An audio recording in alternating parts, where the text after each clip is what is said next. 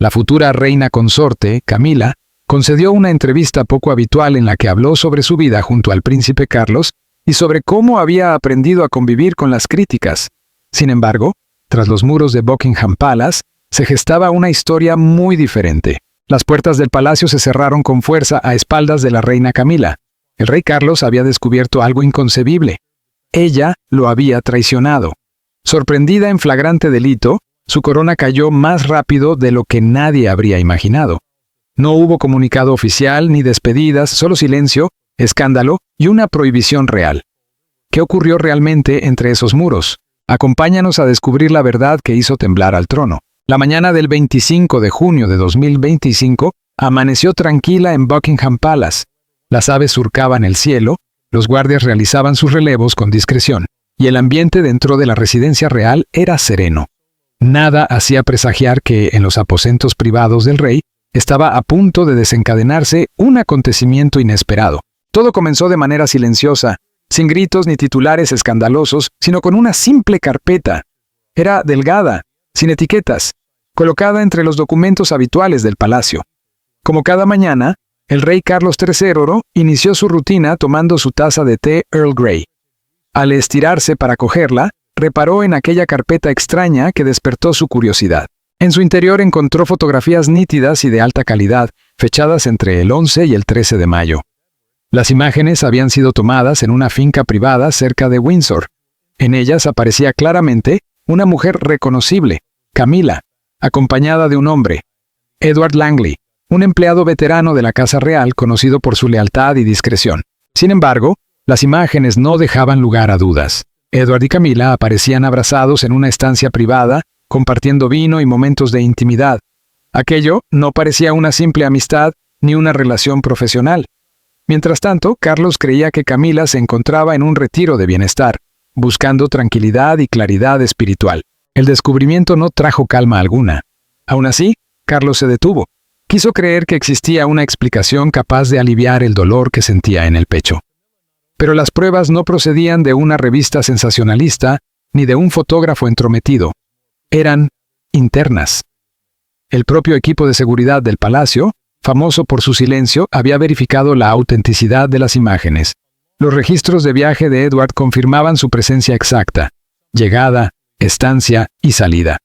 Era imposible ignorarlo. Las fotografías solo fueron el inicio. Carlos ordenó profundizar para entender el verdadero motivo del viaje secreto de Camila. Lo que buscaba era claridad, pero lo que encontró fue una amenaza a la seguridad y al legado real. Los investigadores rastrearon los movimientos de Camila y detectaron una fecha clave: el 22 de abril. Ese día había accedido a la Cámara de Reliquias Reales, alegando una investigación histórica, algo habitual. No obstante, esa misma semana, un baúl cerrado abandonó el palacio con ella sin que existiera autorización ni registro alguno. El baúl nunca volvió a aparecer. Carlos dio una orden escueta al iniciar la investigación: seguir el rastro del baúl y del hombre. Con el tiempo, todo empezó a encajar. La suite cercana a Windsor, donde Camila se alojó con Edward, también recibió el misterioso baúl. Ningún miembro del personal entró durante su estancia y nadie hizo preguntas. Las cámaras de seguridad captaron un hecho extraño. El 23 de abril, un vehículo perteneciente a Camila permaneció estacionado frente a la suite durante casi una hora.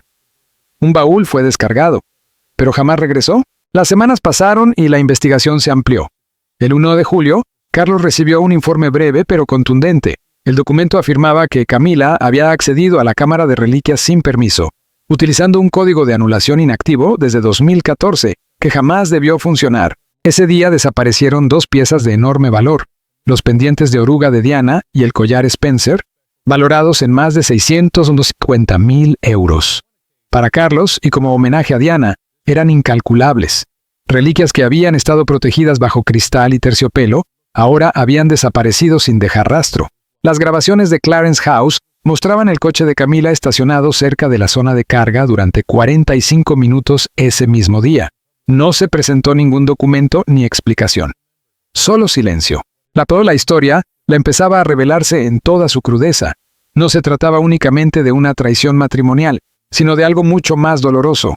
Camila no solo había faltado al respeto a su matrimonio, sino que había sustraído bienes destinados a preservar la historia de la monarquía y la memoria de Diana. Más pruebas salieron a la luz. En la tableta personal de Camila, hallada discretamente en su habitación privada, se encontraron mensajes. Eran simples, pero profundamente reveladores. Las conversaciones con Edward insinuaban algo más que una relación amorosa. Hablaban de libertad, de deseo de posesión, de un futuro lejos de las obligaciones reales. No había intención alguna de devolver el baúl ni de dar explicaciones. Carlos comprendió entonces que sus sospechas silenciosas eran ciertas. No solo había sido engañado, también había sido robado. Su legado había desaparecido sin ruido, traicionado desde dentro, por alguien en quien había confiado plenamente. No hubo alarmas ni escenas dramáticas, todo había ocurrido bajo sonrisas y vestidos elegantes, pero era real. Carlos no reaccionó de inmediato. Analizó cada informe, cada línea temporal. Se sentó solo frente al espacio vacío donde antes descansaba el collar de Diana. Sabía que el enfrentamiento era inevitable, pero debía ser medido. No hablaba solo como esposo herido, sino como rey. El asunto ya no era el amor, sino la dignidad, la confianza y el futuro de la monarquía. La confrontación sería silenciosa, firme y definitiva. La noche del 1 de julio de 2025, Buckingham Palace fue escenario de un momento decisivo. Mientras el resto del palacio dormía en calma, una reunión tensa se desarrollaba en una sala privada. Carlos convocó a Camila al Salón Azul. No estaba programado. Era urgente. Al entrar, las grandes puertas se cerraron tras ella. El personal fue retirado con un simple gesto. Lo que siguió no fue una conversación habitual entre rey y reina, sino un interrogatorio contenido y doloroso. Carlos habló con voz serena. No gritó ni acusó.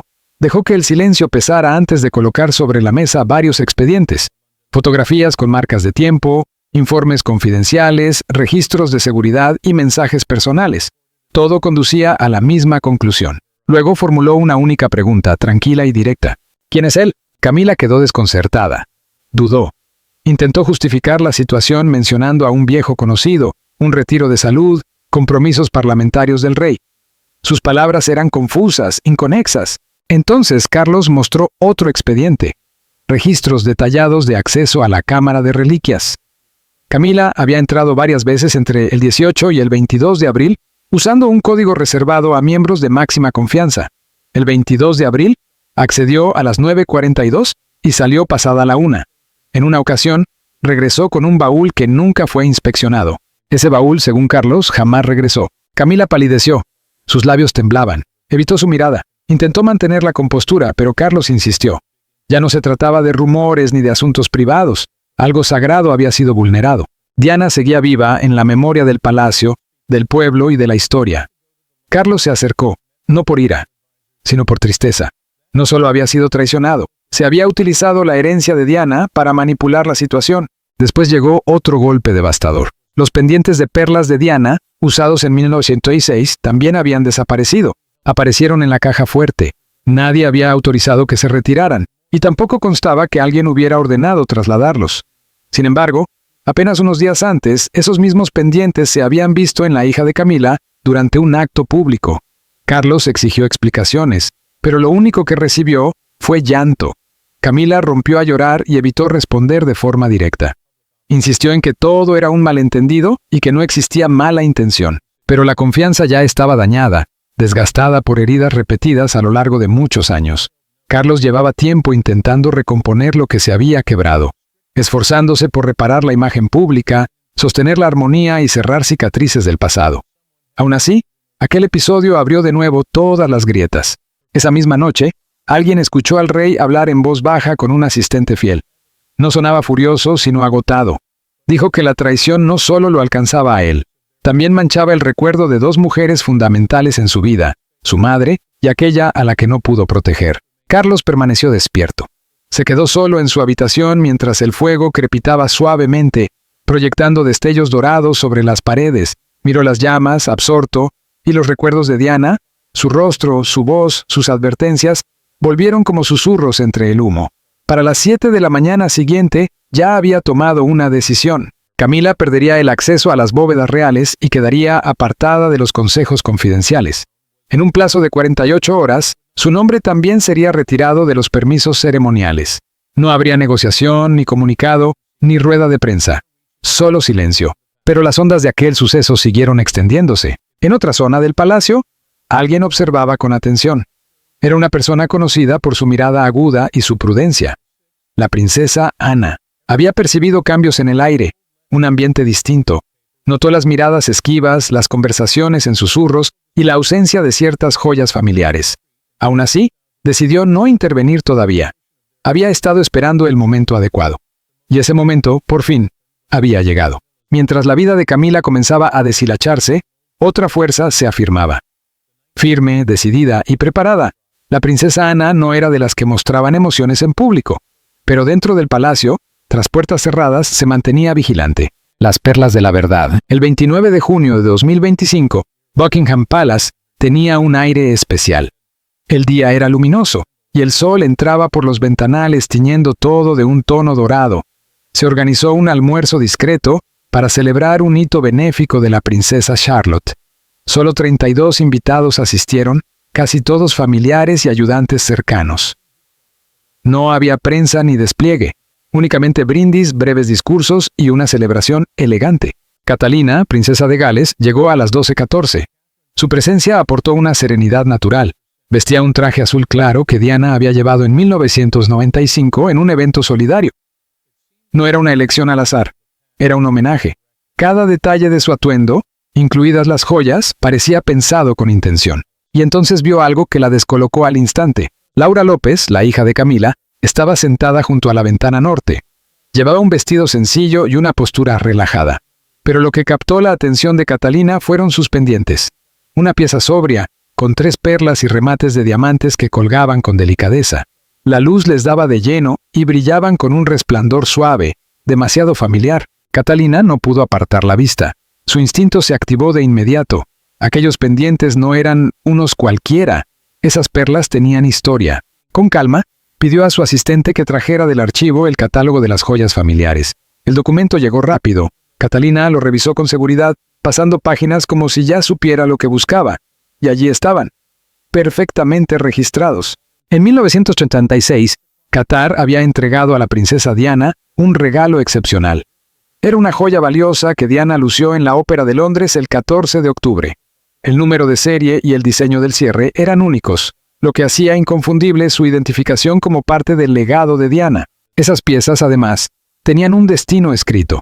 Estaban reservadas específicamente para la princesa Charlotte, como herencia futura. El plan constaba en los documentos de la Casa Real.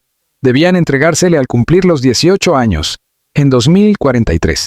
Y sin embargo, en ese momento, estaban siendo llevadas por alguien más. Alguien que no pertenecía a la línea real y que no tenía derecho sobre aquello. En lugar de reaccionar por impulso, Catalina eligió observar.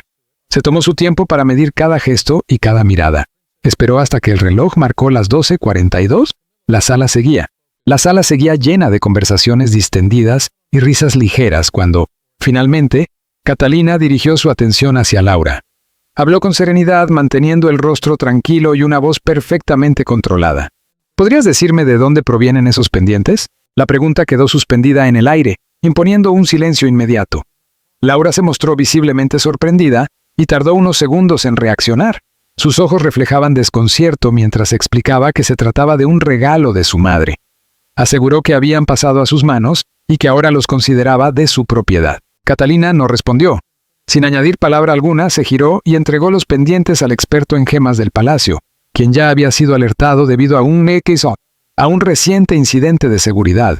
Aunque aquel procedimiento era habitual, en ese momento adquirió un peso distinto. Los resultados llegaron a la 1 de la tarde. El análisis confirmó sin margen de duda que las joyas eran auténticas. Su último registro oficial databa de marzo de 2023, cuando habían sido guardadas de forma segura. Nunca se había autorizado su retirada de la bóveda real. El hallazgo era irrefutable. La estancia quedó sumida en un silencio absoluto. Horas más tarde, ya entrada la noche, el príncipe Guillermo regresó de otro compromiso oficial. Llegó a casa a las 22:08, sin tener conocimiento de los acontecimientos inesperados que habían sacudido el palacio ese mismo día. Catalina lo recibió con un saludo suave. Se acercó y le susurró una sola palabra. Esa palabra bastó. Todo estaba confirmado. El ambiente cambió de inmediato. Una inquietud silenciosa comenzó a recorrer los pasillos del palacio. El comportamiento del personal se volvió distinto. Las puertas se cerraban con mayor cuidado. Los mensajes se transmitían sin necesidad de hablar. Carlos recibió un mensaje privado esa misma tarde. Decidió no asistir al almuerzo y, en su lugar, convocó con urgencia a sus asesores legales. El asunto ya no giraba únicamente en torno a unas joyas. Había escalado hacia algo profundamente personal y mucho más grave. Aquella noche, Guillermo habló con determinación. No se trataba de una simple infracción. Alguien había intentado apropiarse de algo de valor incalculable. Una parte de la historia. Un legado que no se obtiene por conveniencia, ni se hereda sin responsabilidad, ni se reclama sin amor verdadero. Para Carlos, aquello fue una traición, no solo una falta de obediencia o un engaño. Las joyas representaban un vínculo con el pasado, una herencia emocional. Verlas en manos ajenas a la familia real no era una cuestión estética, sino una falta de respeto profunda, como si una parte de la historia hubiera sido borrada deliberadamente. El día en que la confianza se rompió, la tarde del 3 de julio de 2025, transcurrió con una calma engañosa en Buckingham Palace. No había periodistas frente a las rejas ni cámaras aguardando. Sin embargo, en el interior se desarrollaba una reunión decisiva. Solo 5 personas se encontraban en una sala segura. El rey Carlos III, el príncipe Guillermo, la princesa Catalina, la princesa Ana y un asesor real. La puerta permaneció cerrada. Nadie más tenía acceso. La tensión era palpable. No se trataba de una reunión habitual para coordinar actos oficiales. Aquello era distinto, más frío, más serio. Todos comprendían la magnitud de lo que estaba a punto de decidirse. Carlos ocupaba la cabecera de la mesa. Frente a él reposaban varios expedientes, fotografías, registros de seguridad, informes de expertos gemólogos y notas detalladas sobre irregularidades en las reliquias reales. Inició la reunión sin mostrar emoción alguna. El asunto había dejado de ser familiar. Se había convertido en una cuestión de normas reales, tradiciones centenarias y deber institucional. Ana, conocida por su franqueza y firmeza, estaba visiblemente indignada. Su rostro pálido y sus manos crispadas revelaban una ira contenida. No alzó la voz, pero su enfado era evidente. Comprendía que no solo se había herido a la familia, sino que se había manipulado su historia, explotado el dolor y faltado al respeto a la memoria de su madre. Guillermo permaneció inmóvil, con el rostro inescrutable. Guardó silencio durante largo tiempo antes de pronunciar una sola frase. Su voz fue estable, pero cargada de una mezcla de dolor contenido y determinación inquebrantable. A su lado, Catalina sostenía un nuevo expediente con un inventario detallado de la bóveda real. No dijo nada, pero su silencio hablaba de fortaleza, preparación y firmeza. Carlos dictó 5 órdenes claras, sin demora. A partir del 4 de julio, el acceso de la reina Camila al palacio quedaba suspendido. Ya no podría ingresar libremente a las residencias reales. Su equipo de comunicación sería reemplazado de inmediato. Los códigos de acceso a las bóvedas y archivos privados se modificarían antes de la medianoche. El dispositivo de seguridad asignado por la corona sería retirado. Aunque conservaría el título de reina consorte, todas sus funciones reales quedarían anuladas. No habría anuncio público ni comparecencias. Sin cámaras, sin discursos. Pero no se trataba solo de una decisión familiar. Era un momento crucial para la monarquía británica. Aquella noche, Camila se encontraba sola en Clarence House cuando recibió una carta sellada. El mensaje era formal, firmado por el rey Carlos. Al final, escrito de su puño y letra, había 3 palabras. La confianza se ha perdido. Al día siguiente, el palacio inició discretamente su traslado. Todo debía hacerse sin ruido ni explicaciones. Pero los secretos reales rara vez permanecen ocultos. El 6 de julio, antes de las 6 de la mañana, todo cambió. La portada de The Times ya estaba circulando. La noticia se propagó con rapidez imparable.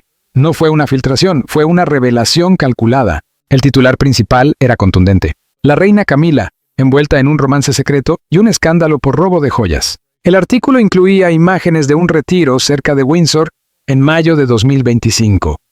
Mostraban a Camila caminando de la mano con un hombre que no era su esposo, en jardines privados alejados de la vista pública. Pero la relación clandestina no fue lo único que impactó.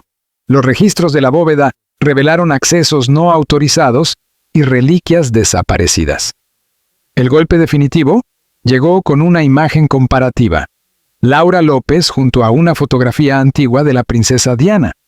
Ambas llevaban los mismos pendientes, las gotas de diamantes de Qatar de 1986, regaladas a Diana durante su visita a Oriente Medio. Aquellas joyas nunca fueron entregadas a Camila ni cedidas a su familia. Las redes sociales estallaron. Etiquetas como reina tramposa, Diana merecía más y no es mi reina inundaron pantallas de todo el mundo.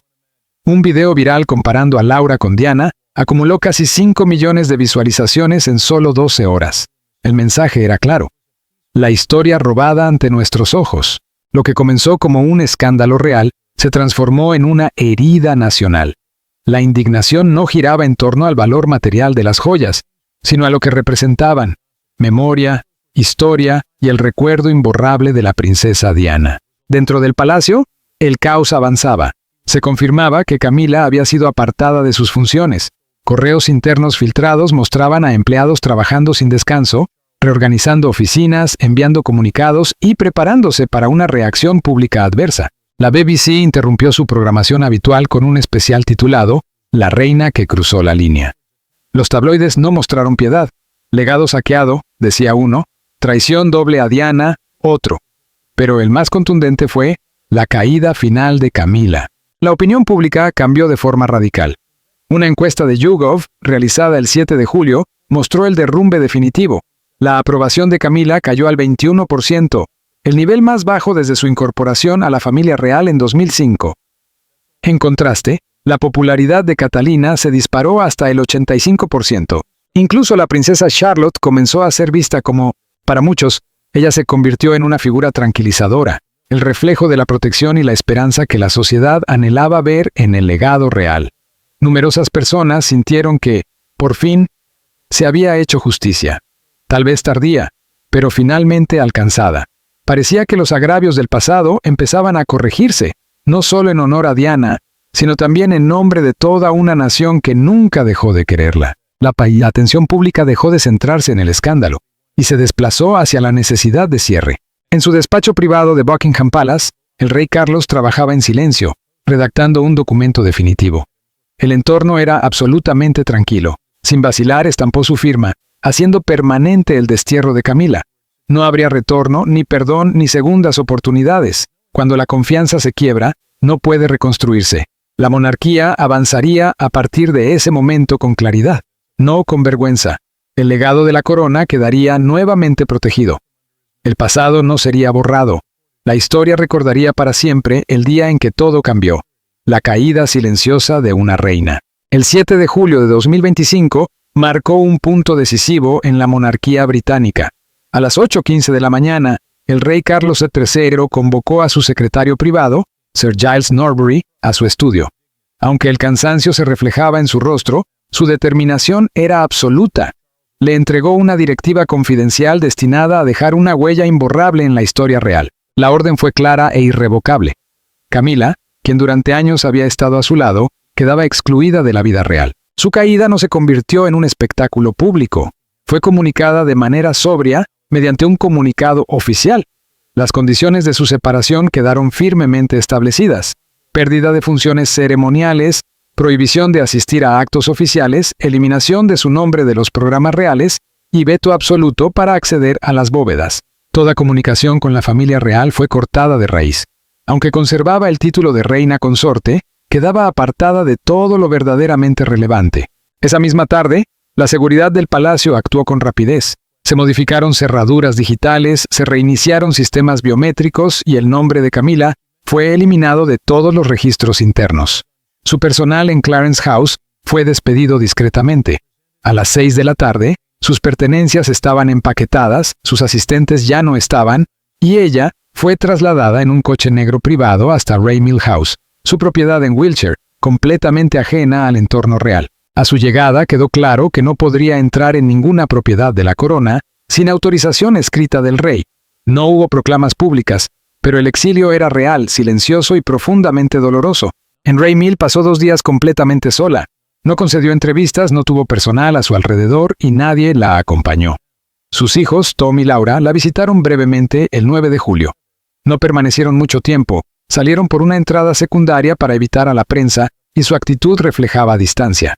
Parecía que no deseaban ser vinculados a ella. La mujer que antes caminaba con orgullo junto a un rey, ahora mantenía las ventanas cerradas y el teléfono en silencio. Su conductor de toda la vida afirmó que aquel trayecto fue el más silencioso que había vivido. Camila no pronunció palabra, limitándose a mirar por la ventana con una expresión pálida y vacía.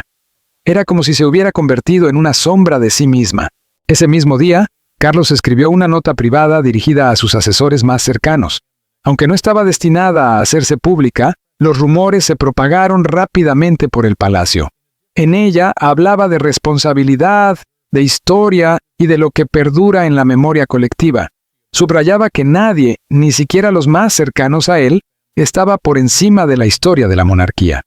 Concluía con un delicado homenaje a quienes habían dado forma a la corona con dignidad y fortaleza. La carta quedó expuesta en su despacho personal, junto a dos retratos, uno de la reina Isabel II y otro de la princesa Diana, ambos de 1982. Su presencia conjunta no dejaba lugar a dudas sobre su significado.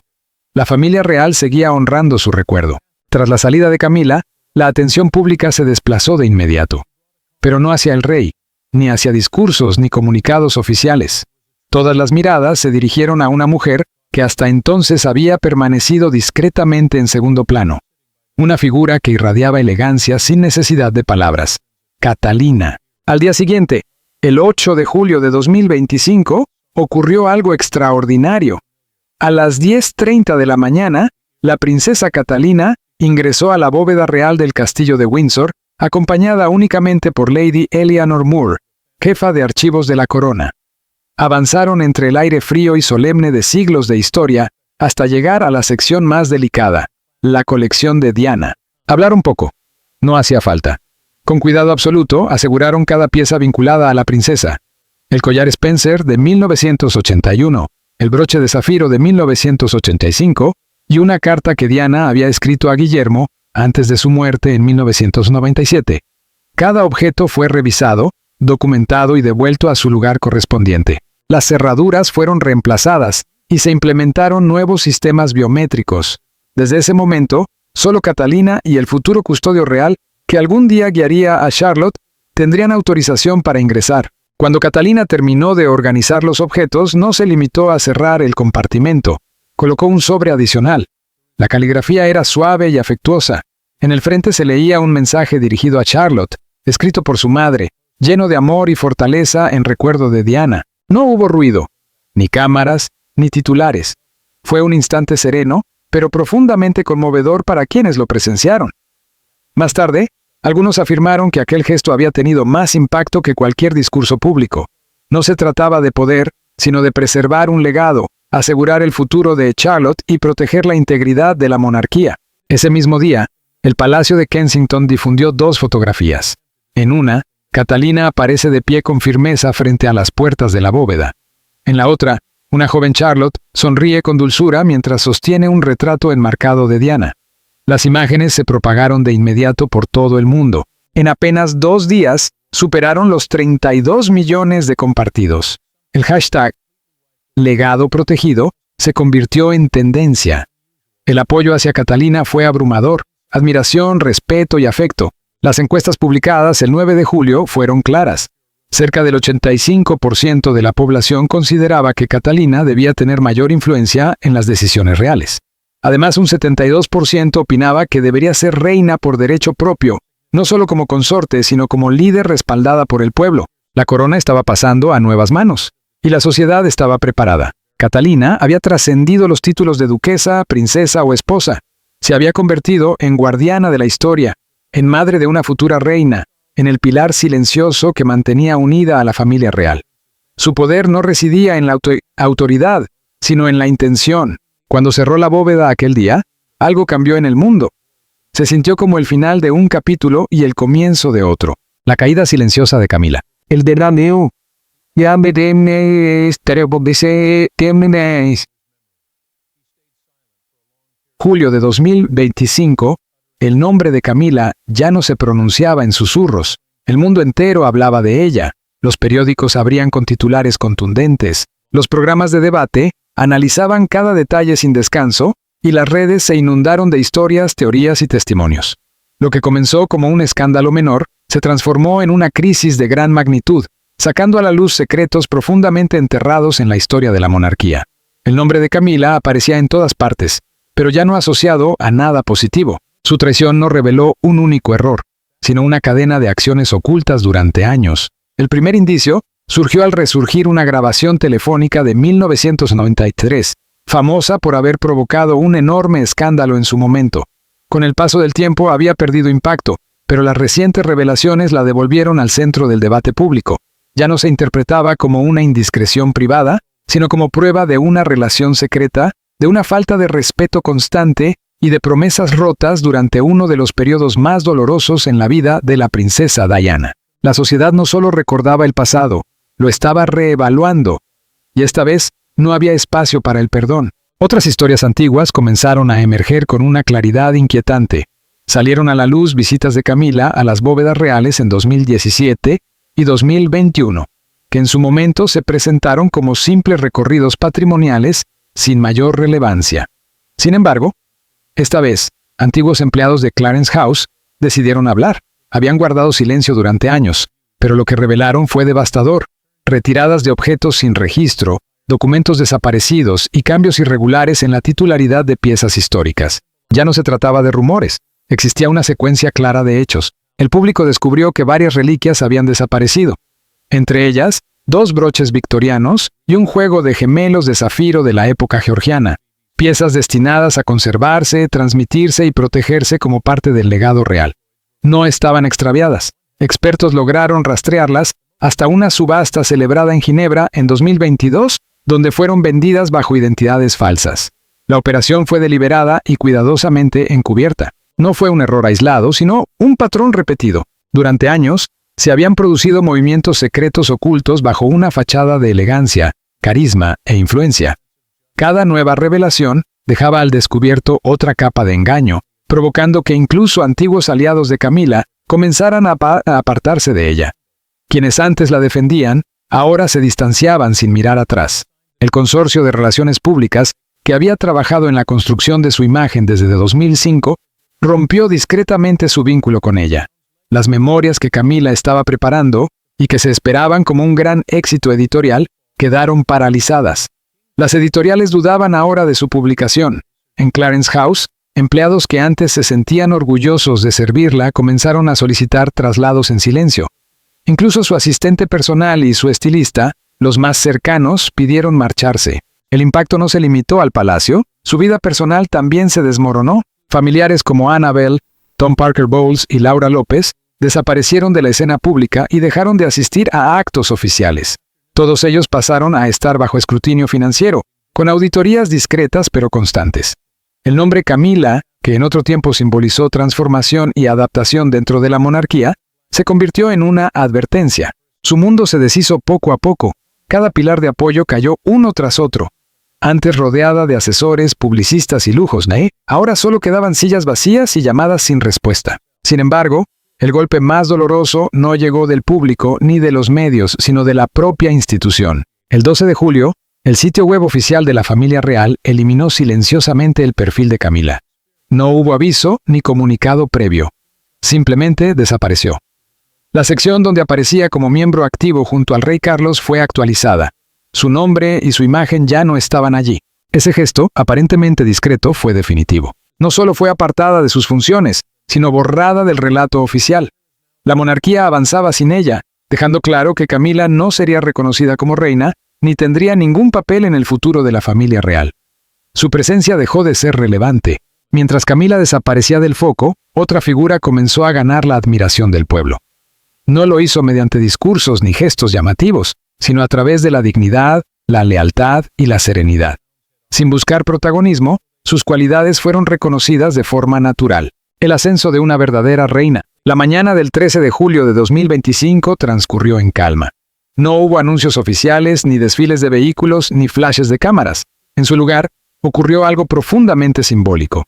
La princesa Catalina y la princesa Charlotte entraron juntas en una pequeña organización benéfica en Oxford dedicada a fomentar la lectura infantil. No llevaban joyas ostentosas ni atuendos lujosos. Solo 2 generaciones unidas por la bondad, entrando en un espacio lleno de libros, risas y esperanza. Sus miradas transmitían cercanía, sus sonrisas eran sinceras y su presencia generaba tranquilidad. No hubo discursos preparados ni declaraciones oficiales, pero la escena lo decía todo. La imagen de una madre y su hija, humildes y serenas, se convirtió en un símbolo poderoso. En cuestión de horas, Una fotografía de Catalina ayudando a un niño a leer mientras Charlotte observaba a su lado se volvió viral. Alcanzó 40 millones de visualizaciones en un solo día. No se compartió por morbo ni escándalo, sino por su pureza. Sin pronunciar una sola palabra, Catalina devolvió la esperanza al país. Demostró que, incluso en medio del caos institucional, aún era posible encontrar calma y sanación. No se trataba de títulos ni poder, sino de mirar hacia el futuro. El mundo lo percibió porque su gesto estaba dedicado a los niños, no a la atención mediática. La prensa británica, antes centrada en la polémica, cambió de tono. Los titulares comenzaron a celebrar: la corona vuelve a estar a salvo, Kate la Grande. El mensaje fue claro para quienes lo sentían profundamente. Catalina no estaba interpretando un papel, estaba cumpliendo un destino. Las principales cadenas de televisión emitieron especiales dedicados a dos mujeres, Diana y Catalina.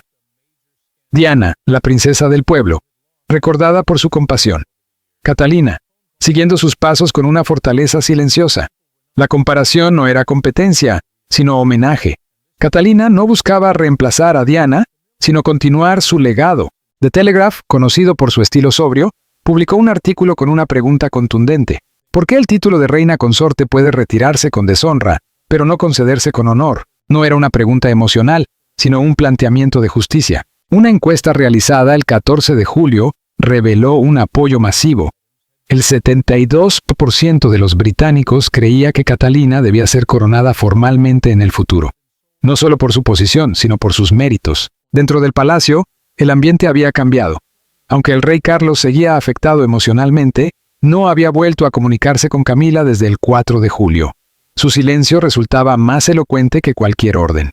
Mientras tanto, ya analizaba el Consejo de Sucesión Real con un objetivo claro: proteger el estatus de Catalina y garantizar que nunca fuera cuestionado ni relegado.